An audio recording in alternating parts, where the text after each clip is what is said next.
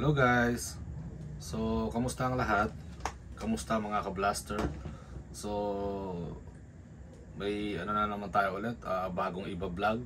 So, ang iba-vlog natin ngayon is High ROF. So, yun nga, no? Medyo matagal-tagal na rin akong hindi nakapag-vlog dahil nga na-busy sa trabaho. So, ito na nga. So, nagba-vlog tayo ulit sa kauna-unahang pagkakataon after ilang buwan na ba? 1 year siguro or 9 months, something like that. So ang pag-uusapan pala natin syempre yung katulad ng sinabi ko kanina, high ROF. So yung pinaka element talaga, no, sa kung gusto niyo mapataas yung ROFs o yung rate of fire ng inyong gel blaster, syempre ang pinaka main element dyan is yung motor. So may mga motor tayo, no? So meron tayo tinatawag na high torque, high speed. Meron din tayo tinatawag na tawag dito brushless motor. So usually combination of speed and torque. So pag sinabi mo kasing high torque, meron kasing mga tawag dito na mga motor na malakas pero hindi mabilis. Tapos meron na yung mga high speed naman, kadalasan siya high speed, kumbaga mabilis siya pero hindi siya malakas. So ibig sabihin, kapag merong load, for example, gagamit ka ng mas matigas na spring, so ang kailangan mo is high torque.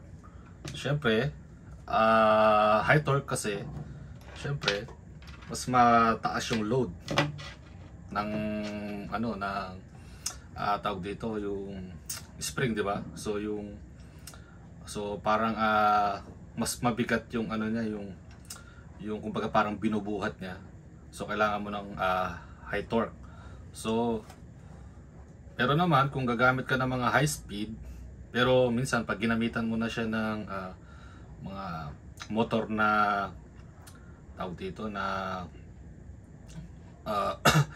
ay kapag ginamitan mo naman ng ng mga spring na matitigas, ayun nga, high speed, kunyari high speed lang, kumbaga bumabagal pa rin siya, so hindi pa rin siya mabilis, no? So yun, tawag dito, kulang siya sa torque or lakas. Kaya ayun nga, meron naman tayo tinatawag ng mga brushless motor. Usually ito talaga sa brushless motor, combination of speed and torque. Kumbaga meron kang lakas, meron kang torque, or meron kang torque, meron ka ring speed. Kumbaga yun nga. So meron akong dalawang unit dito. So itong unit ko is meron akong tawag dito, itong aking Sijun AUG. So this is steer, kumbaga. So this is I think, alam ko European to sa totoong rifle. Tapos meron naman tayo dito sa kabila is Nobiski. So ito Sijun OG, hindi siya upgraded, kumbaga lahat to stock. So wala tayong in-upgrade dito, pero mabilis yung kanyang rate of fire. Tapos ito naman in-upgrade na natin to, no? So kaya mas mabilis yung kanyang rate of fire. So upgraded na mataas yung rate of fire, tapos not upgraded na mahina, not upgraded na malakas ang kanyang rate of fire. So ayun nga. So itatry natin siya, no? So ito is, saan ba to? Dito ang kanyang battery.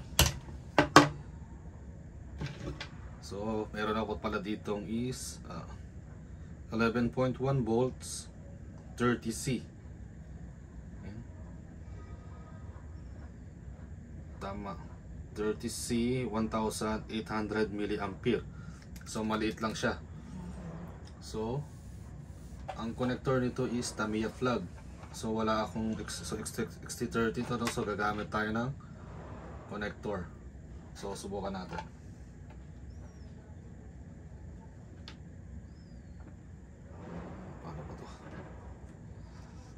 Oop, yeah. pumasok ha. Bargain, sana all. Yun, pumasok na siya. So yun, kabit natin yung battery. So ito naman, wala naman tong tawag dito. Wala naman pa siyang gel ball, so chinek ko na to kanina kaya okay lang. Pero kung tanggalin natin yung magazine, okay lang din naman. So test fire natin, no? So full auto. Full auto natin. Yun. Safe na kasi pala yun. Opya. Single, ito pala sa gitna. Opya.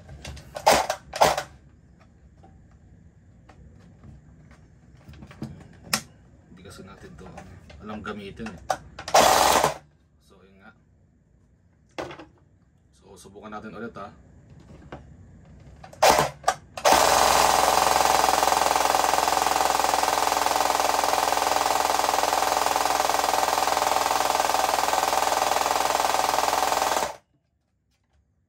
So yun nga, no?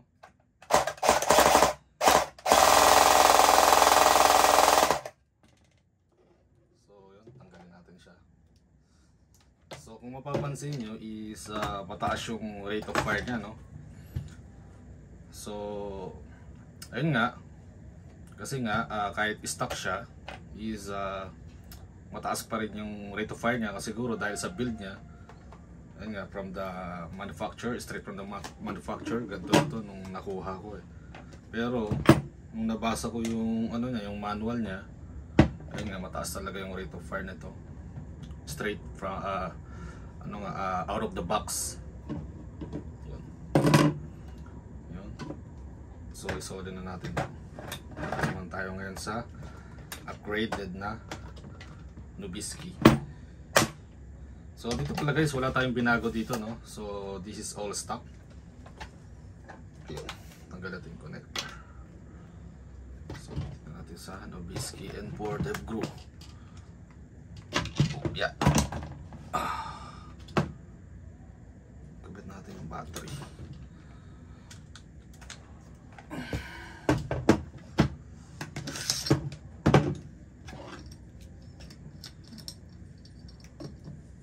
Ito sakto, XT30. Yep.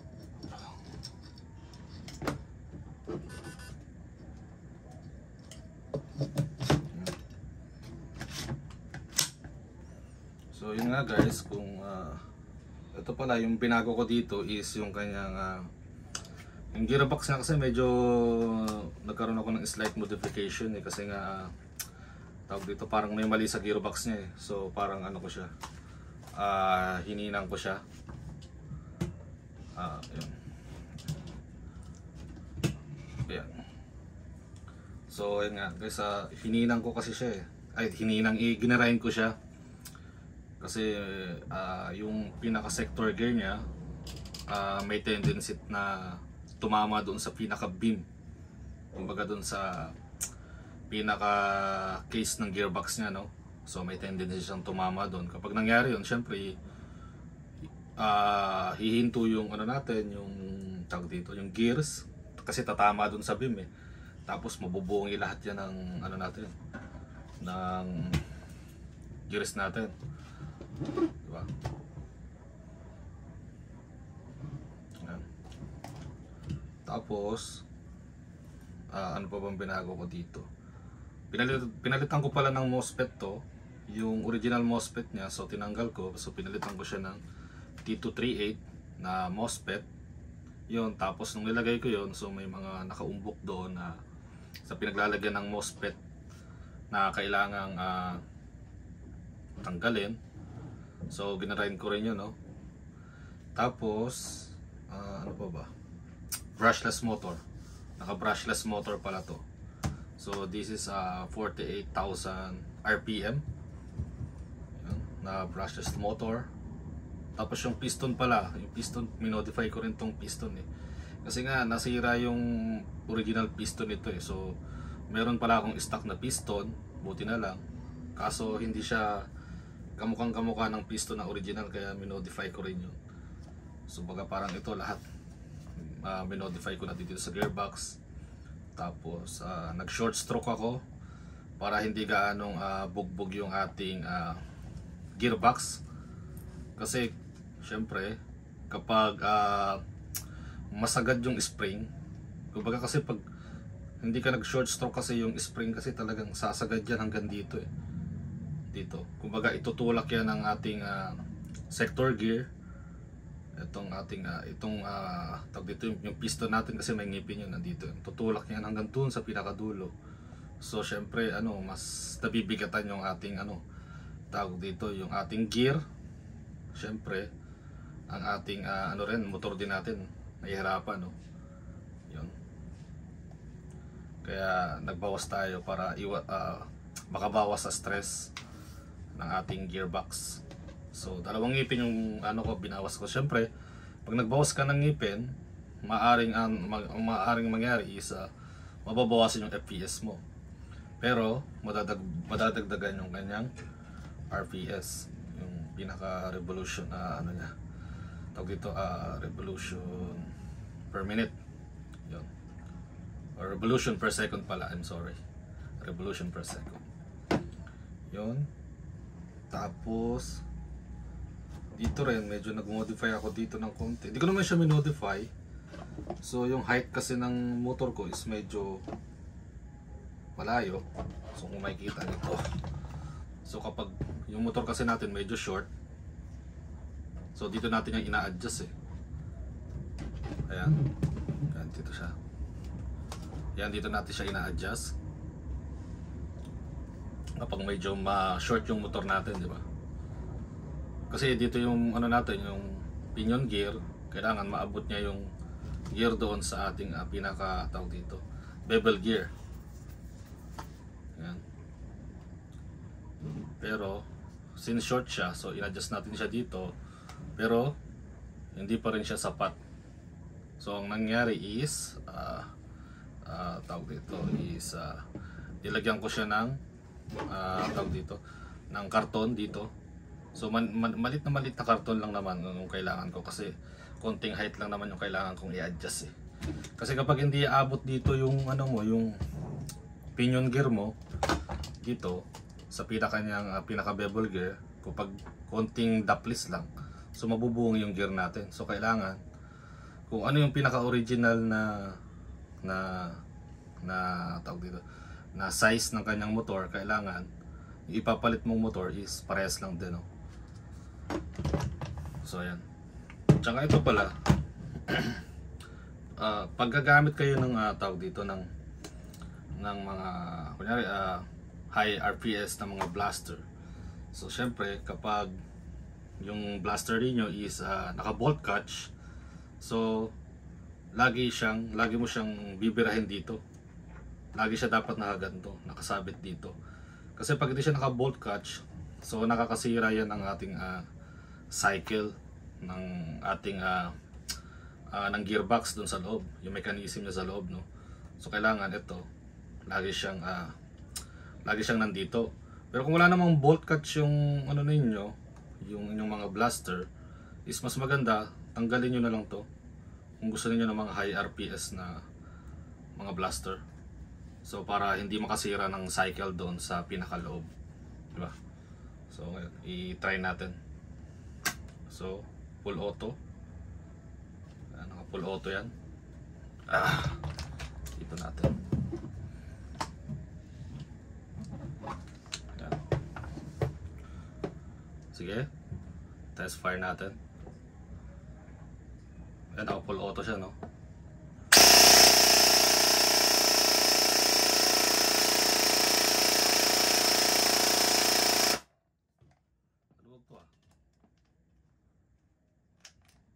Tanggalin na natin to.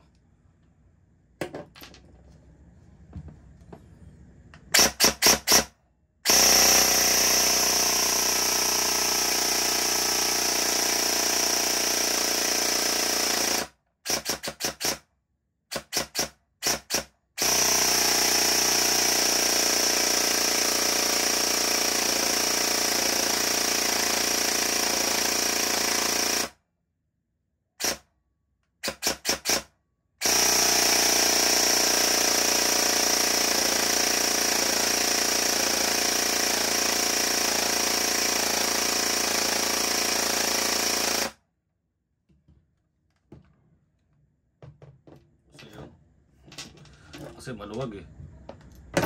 Hindi ata na ano to na sigipan. Sigipan natin yan mamaya. So yun nga no, so tinesting na natin. So para tinagalan ko siya is para malaman na rin natin kung in-stress test ko siya kung malaman natin kung durable ba, kung yung tama yung pagkakagawa natin sa loob, di ba? Kasi kung kunyari nagawa mo na, akala mo okay na, tapos yung in-stress test mo siya, tapos biglang may mga bumigay dun sa loob, so wala rin, uulit ka rin. So kailangan pag nagawa mo, kung mag-upgrade ka, lagi mo siyang stress test para malaman mo kung okay yung ginawa mo, di ba? Kasi mamaya pag naglaro ka na, tapos ginamit mo sa mismong field, tapos biglang bumigay, so wala na, sayang lang yung oras mo, sayang lang binayad mo, no? So mabibitin ka lang. So kailangan talaga pag maglalaro ka sa ng mga gel blaster na dito na mga event, kunyari may mga laro kayo, lagi kayong magdala ng extra na GB kasi marami talagang GB dun sa na-experience ko sa field namin is madalas talaga may bumibigay, lalo na kapag mga upgraded na mga gel blaster. Kasi nga ano tawag dito, in-upgrade na nila so parang ano na, dinagdagan mo stress dun sa loob. Yan nga. So maraming nagiging issue, no? So yun lang naman guys. So ayun nga, pinag-usapan natin is high ROF.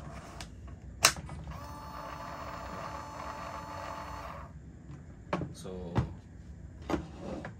yun nga, stock na mataas ang high ROF.